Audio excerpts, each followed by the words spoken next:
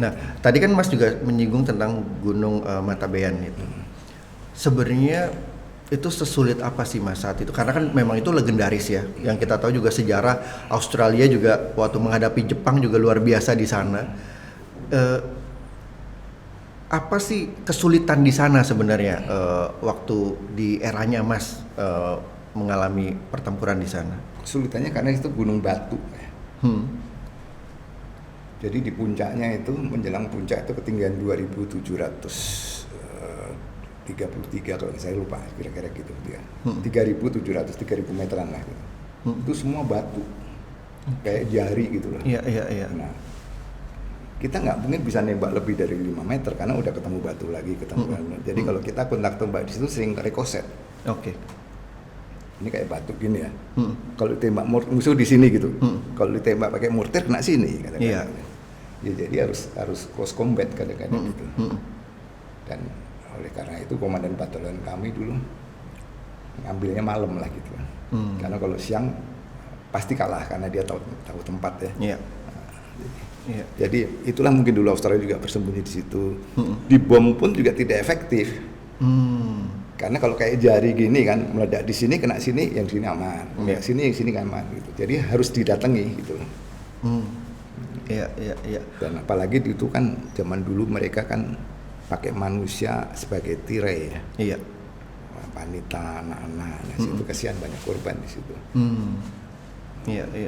Wow, itu luar biasa sekali ya. Nah, itu yang membuat saya mungkin nggak bisa masuk surga kali kayak gitulah. Karena saya masuk Amerika aja nggak boleh. Masuk Australia juga nggak boleh. Kemarin katanya masuk Singapura nggak bisa juga. Iya. Yang mikir wah masih bisa nggak masuk surga juga ya. Tapi ya nggak apa-apa lah. Karena gue yakin Tuhan itu baik sama gue kan gitu ya. Iya. Wong saya bikinan dia kan nggak mungkin usil sama saya.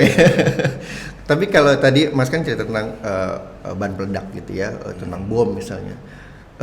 Saya kan juga tahu bahwa Mas ini kan mempelajari bahan peledak dan lain itu secara otodidak. Itu sebenarnya dapat pembelajarannya itu secara otodidak dari mana sih Mas? Apakah dari buku kah ataukah karena kan zaman dulu tidak seperti sekarang misalnya nonton YouTube atau buka Google gitu ya. Kalau sekarang kan tinggal Google gitu, tinggal cek di Google atau di YouTube. Nah, kalau dulu tuh belajarnya dari mana Mas secara otodidak? Pertama dari trial and error ya. Oke. Nyoba. Saya masih kecilnya juga senang bikin petasan kan gitu ya. Berarti bukan beli petasan tapi bikin. Kan, Terus saya pernah tugas pertama membuat pondasi di bawah laut yang harus diledakkan. Ditawari karena kan dulu masih spesialis peledakan kan dari orang sipil banyak sulit ya. Sekarang hampir semuanya orang sipil kan. Bisa meledakkan ya tentara kalau ditanya bisa ya bisa kan gitu. Nah, dicoba gitu lama-lama.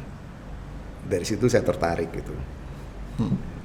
Terus buku kan sulit ya. Iya. Kebetulan ada adik listing saya sekolah di Amerika. Orang pinter dia. Adik makanya saya juga lah kira-kira gitu. Sekolah di Amerika. Saya titipin buku. Saya minta buku ini ada nggak ini. Saya tahu ini dari mana ya? Dari beberapa. Saya senang buku-buku militer dari dulu kan. Terus terutama yang nggak bener lah gitu ya. Tolong kamu kalau bisa beliin buku ini, penerbitnya ini. Saya ternyata kan sana gampang kan belinya juga semi online ya. Cari dulu kan telepon, buku ini. Dia lagi sekolah. Alhasil dia beli buku itulah. Ya how to make a bomb dan sebagainya gitu-gitu, termasuk anarkis cookbook bangsa gitu-gitulah. Sekarang udah buku dilarang semua lah istilahnya. Dia beliin kan buat saya kan buat abangnya. Rupanya begitu ada surat menyurat dan gitu sudah diawasi, dia sempat diperiksa juga hampir sehari penuh gitu. Kenapa lu beli buku ini Jadi begitu pulang dia ngomel, abang nyebak gue bla bla bla. Intinya bisa juga kan memang hubungan militer yang masih bagus dan dia tahu yang beli tentara dan tentara. Itu aja saya belajar dari situ. Nyoba-nyoba gitu. Saya buat sekolah dulu. Buat sekolah ya. Untuk Kopassus waktu itu demolisi tingkat utama lah kira-kira. Ya karena saya senang juga nonton film kayak MacGyver segala macam, dan zaman sekarang ada film Mythbuster, pernah nonton nggak?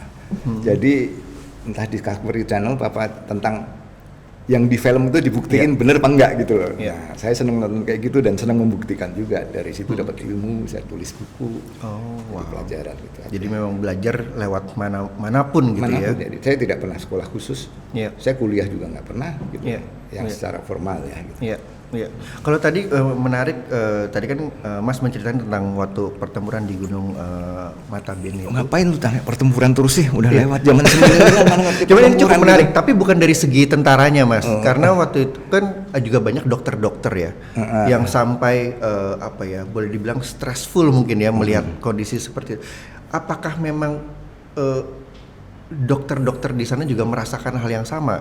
Banyak juga namanya, karena front di Mataben waktu itu kan besar-besaran ya, sekian batalion lah cukup. Dan dokter kan nggak mengantisipasi kan ada korban seperti itu. Jadi banyak sekali korban yang harus ditangani, tapi kalau nggak ada obat-obatan, evakuasi sulit. Sementara kan orang kalau udah nggak normal lagi kan mengerang lah, gitu. Ini kan jadi beban.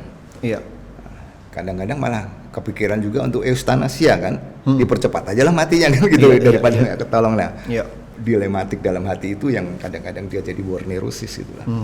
Jadi hasil yang pernah yang dievakuasi ya dokternya itu juga karena stres banget gitu. Karena kami infus pun pakai kelapa muda nah gitu loh. Karena memang kekurangan untuk obat-obatan juga ya di sana. Karena kami dibekali tiap orang waktu naik Gunung Mataben infus, tapi karena logistik kurang dan sebagainya, air juga sulit. Infus itu kita minum, tahu-tahu kepake, habis stok kan gitu loh. Karena infus itu kayak air kelapa muda kan enak. Jadi yang harusnya untuk darah, ya kena haus ya itu aja minum. Tahu-tahu wah korban kami banyak ya, habisan gitu loh. Makanya itu di Rumah Sakit Angkatan Darat ada lukisan itu ya Mas ya. Nah, iya. itu apa ya, memang buat saya cukup menarik buat anak muda untuk melihat bahwa kalau bisa jangan sampai kita terjadi seperti hal-hal gitu seperti itu lagi gitu. Nah, setelah di Timor itu lalu ada yang menarik lagi. Jadi saya melihat bahwa mentor saya ini, guru saya ini, kakak saya ini cukup banyak dalam hidupnya ini, banyak yang menarik Mas. Termasuk maksudmu apa, muji-muji terus? Tapi memang ini bisa menjadi masukan juga untuk anak-anak muda, karena belum tentu kita akan mengalami hal yang sama. Ya, dan mudah-mudahan tidak mengalami hal yang sama. Nah, beberapa hal juga yang saya tahu juga Mas sempat menjadi wakil gubernur saat itu, dan hanya nggak sampai 1 tahun. Nggak sampai 1 tahun. Nah, itu ceritanya seperti apa Mas saat itu? Wah, gimana ya? Nanti disangka. Karena kan kebanyakan gini, orang dapat jabatan itu kan orang seneng ya, apalagi di Indonesia gitu. Mau jabatan apa yang mungkin bukan keahliannya dia, seneng deh, yang penting dapat jabatan. Nah, ini kan juga pembelajaran juga anak muda gitu, bahwa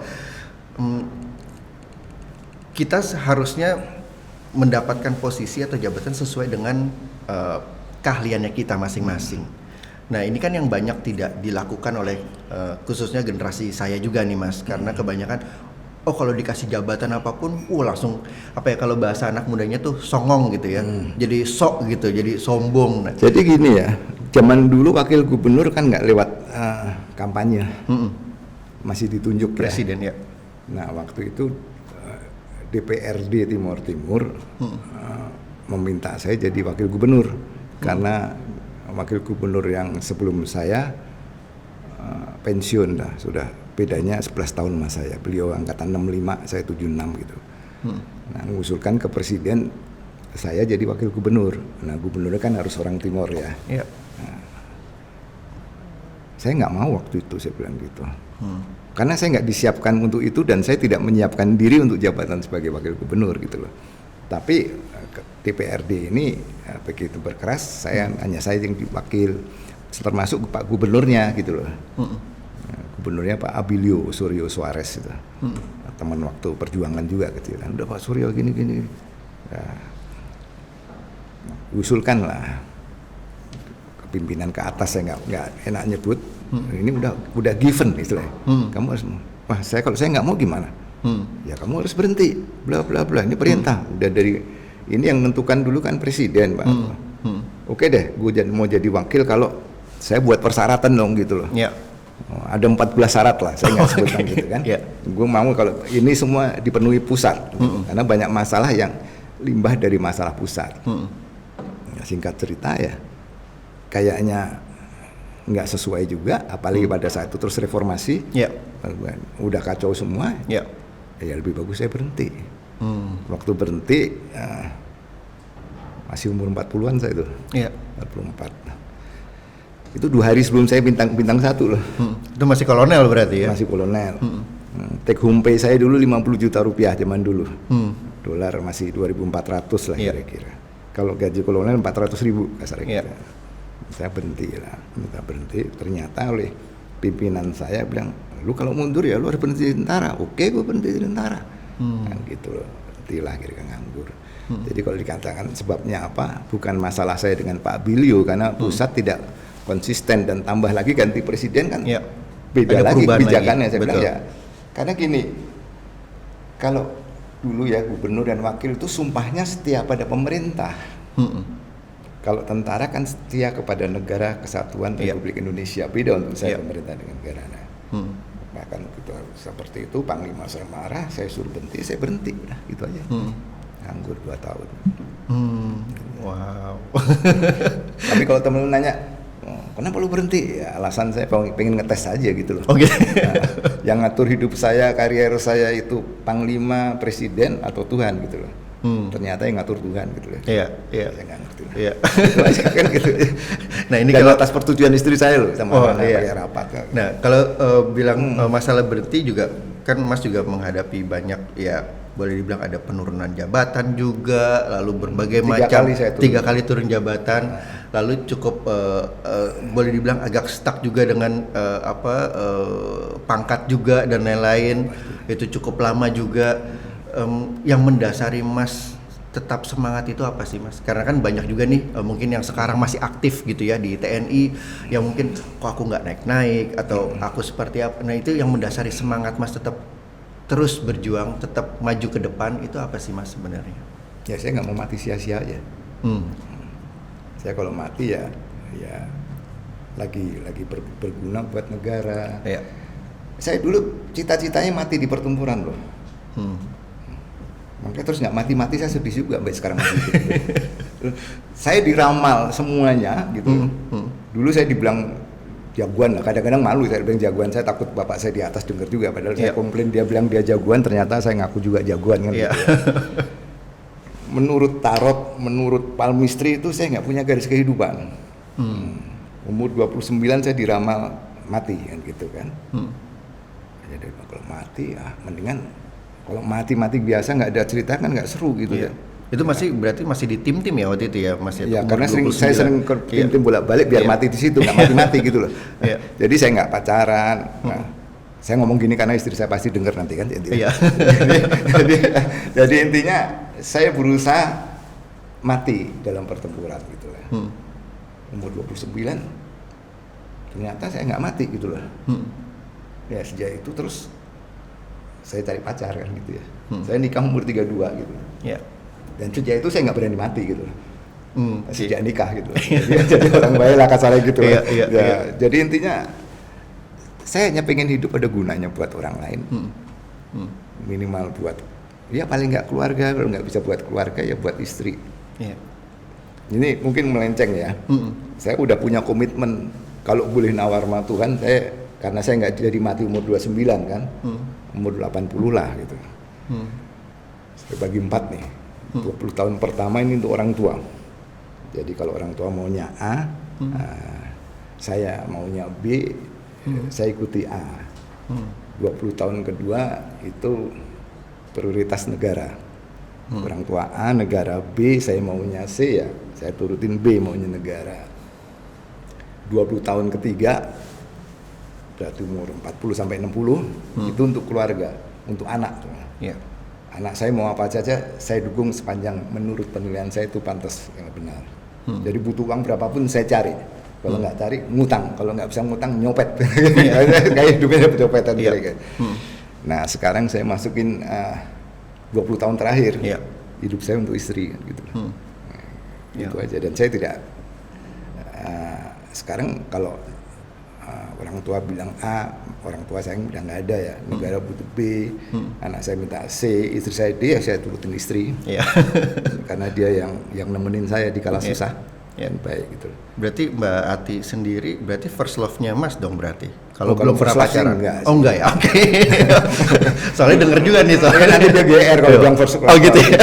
Dia pikir saya nggak laku apa gitu kan.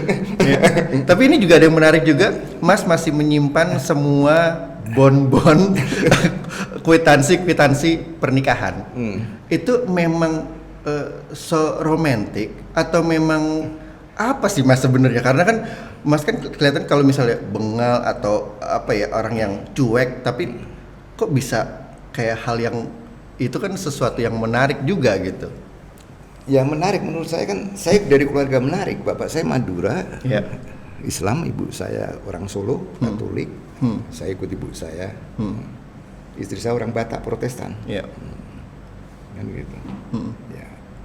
Saya kayaknya udah mulai jadi orang kafir juga sekarang ini. Nah, Katolik nggak ini caranya. Tapi istri saya tetap jadi Katolik. Tapi kami bisa kompak gitu loh.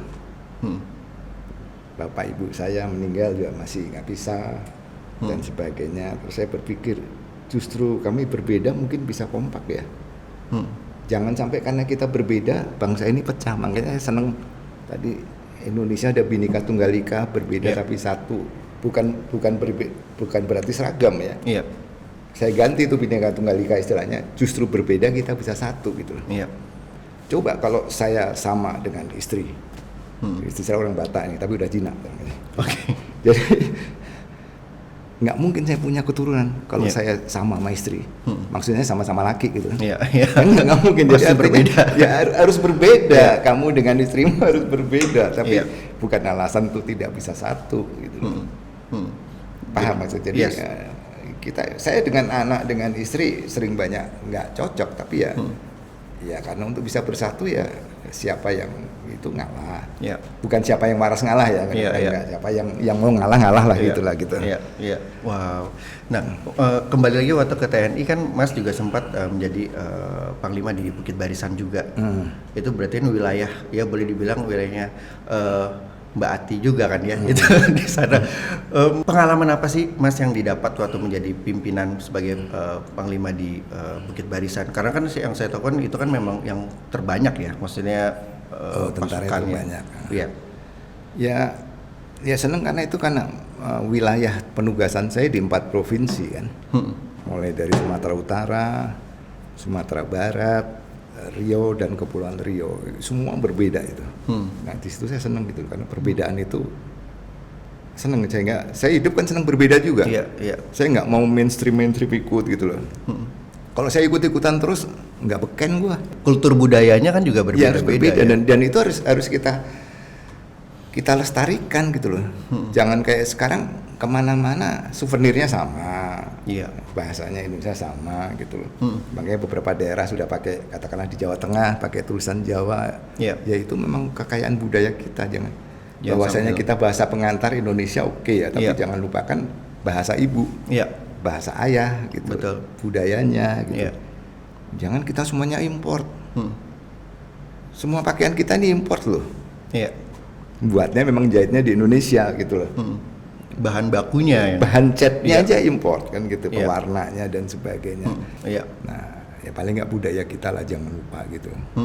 Nah, kenapa saya senang saya tulis tadi yang kembali lagi ya karena pernikahan dengan orang Batak, istri saya Batak Karo itu unik ya, beda dengan lain-lain. Menentukan mas kawin tuh berjam-jam.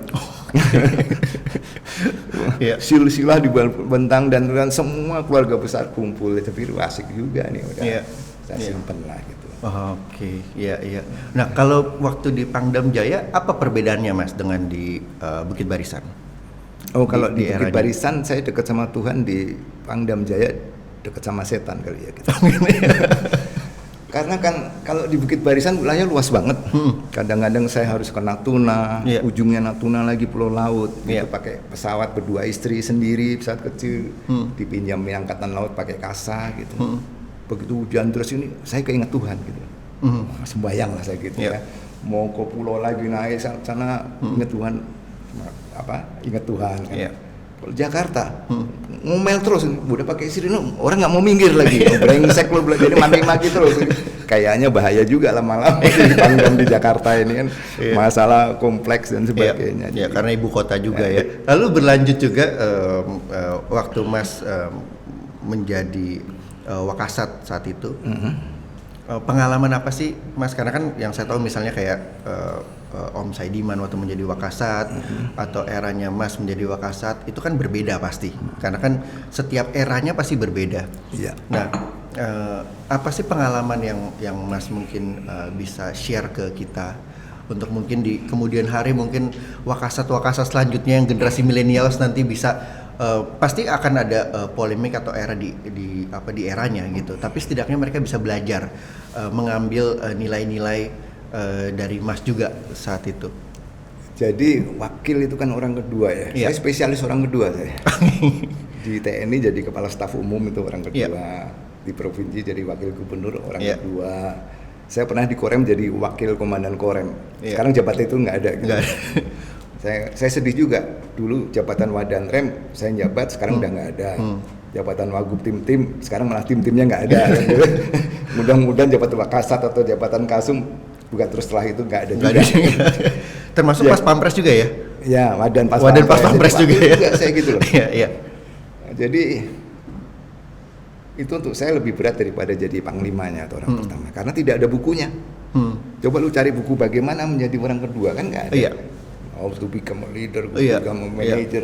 Iya, number one gitu ya. Number Iya. one. Nah, terus saya belajar sama istri saya lagi. Orang kedua tuh kan saya simbolkan sebagai istri. Ya harus cerewet, harus rajin ngecek PR-nya, sekolahnya. Makanya ketika saya jadi Wakasat, jadi Kasum ya, saya fokus ke profesionalitas prajurit. Kenapa kok ini nggak bagus? Kenapa ini? Kalau ini itu aja. Ngejar-ngejar sampai dulu Kasat saya pernah ngomong, kamu harus bagus, jangan sampai nanti Wakasat marah. Kalau Kasat marah nggak apa-apa gitu. Kalau Kasat marah katanya. Jadi saya memposisikan sebagai ibu gitu loh. Nah itu untuk saya tidak mudah karena orang harus menurunkan egonya kan. Iya. Istilah saya seorang wakil itu harus lebih banyak bekerja, tapi tidak boleh banyak nampang. Iya. Nggak boleh nongol ke permukaan gitu. Iya. Ya bos ya. Yang kedua ya ini harus paling sibuk supaya bos ini tidak jelek. Iya. Iya. Nah jadi kalau pengen belajar gimana jadi wakil yang baik, ya, kalau dia laki-laki ya belajar sama istrinya lah. Gimana bisa didik anak-anaknya, turunannya baik gitu, karena maaf ya perempuan itu lebih berat dari kita loh. Iya. Apalagi kalau di Indonesia begitu nikah nama suaminya dipakai kan. Iya. Gitu. Betul. Terus begitu grup WA udah susah grup WA sama anak SMA, apalagi kalau di militer. Iya. Terpaksa sama ibu-ibu persit dan sebagainya, jadi tercabut. Iya. Nah, bagaimana harus mau belajar kesabaran dari seorang istri, seorang ini gitu. Iya. Iya. Jadi situ. Wow. Termasuk waktu menjadi Wadan Pas Pampres juga sejarah yang Mas ingat gitu ya di dalam itu untuk ulang tahun Pas Pampres segala macam. Itu buat saya sih cukup menarik gitu karena ulang tahun yang apa yang menarik? Karena mempelajari dari sejarah bahwa bukan di tahun segini tapi harus melihat dari waktu Bung Karno pindah ke Jogja gitu ya. Ya. Memang itu kita belum punya ini sih ya. Belum punya sejarah, punyanya history. Iya. Not my story kan gitu. Iya.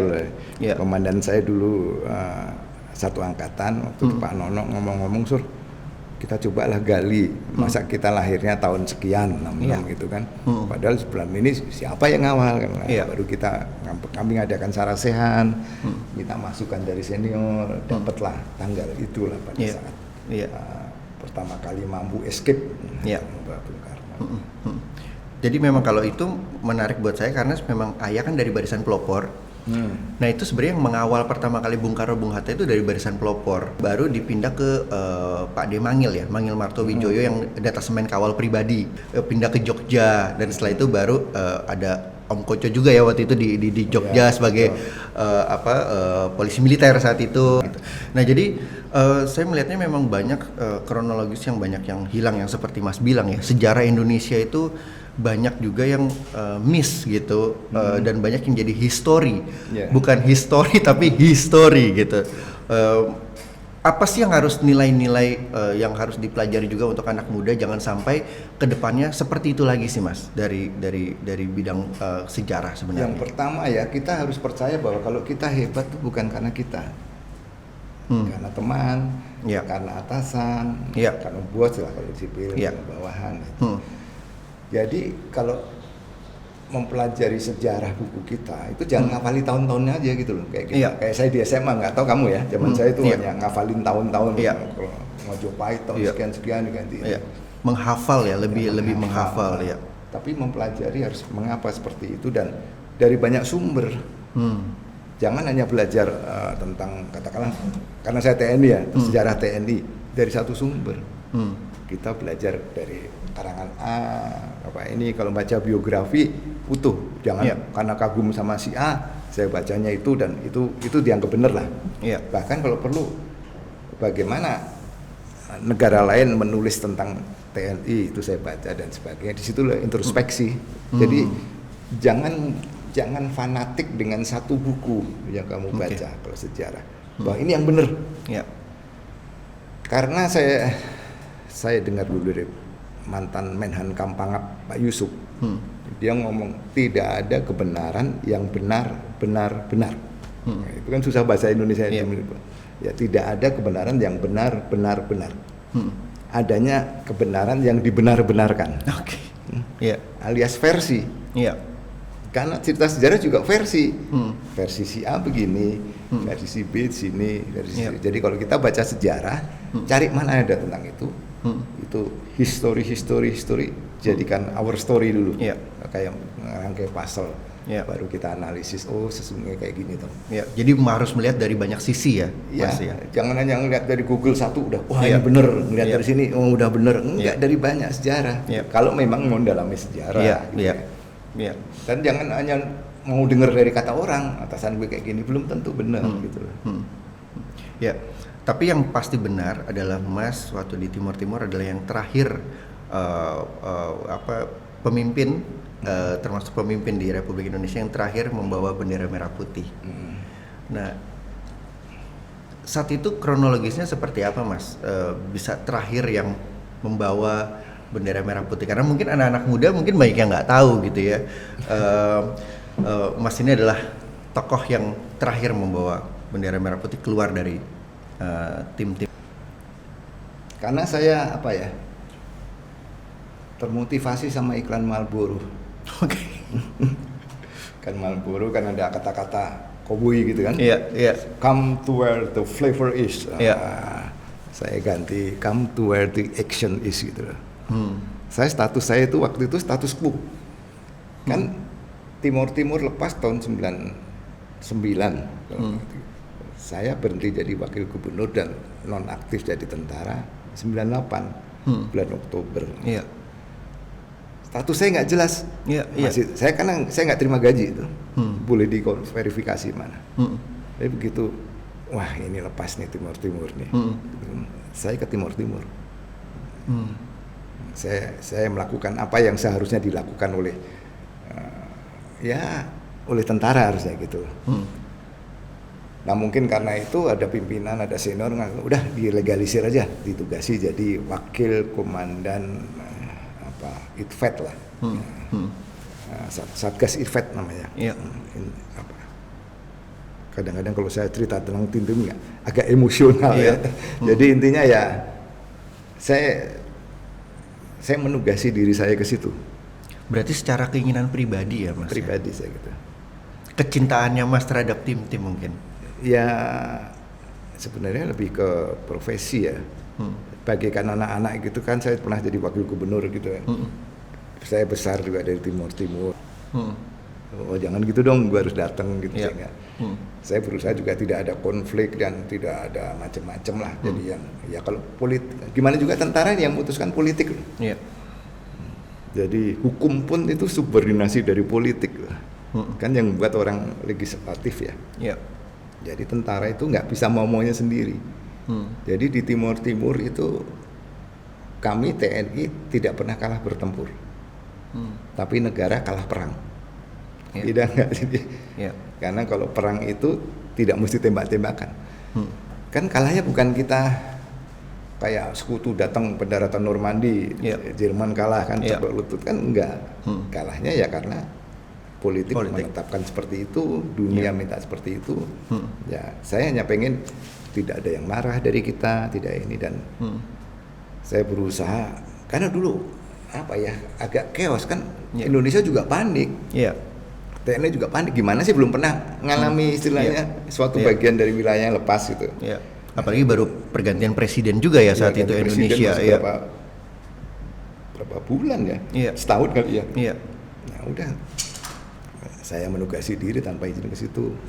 Saya membantu pengungsian supaya lancar. Saya minta bantuan TNI ngirim kapal, ngirim Hercules dan sebagainya. Jadi ya rumit kesian orang Timur Iya. Iya. banyak yang jadi WNI karena darah kan ya. Iya, betul. Dan sekarang kayaknya belum dapat perhatian yang sepenuhnya lah. Iya. Itulah sejarah.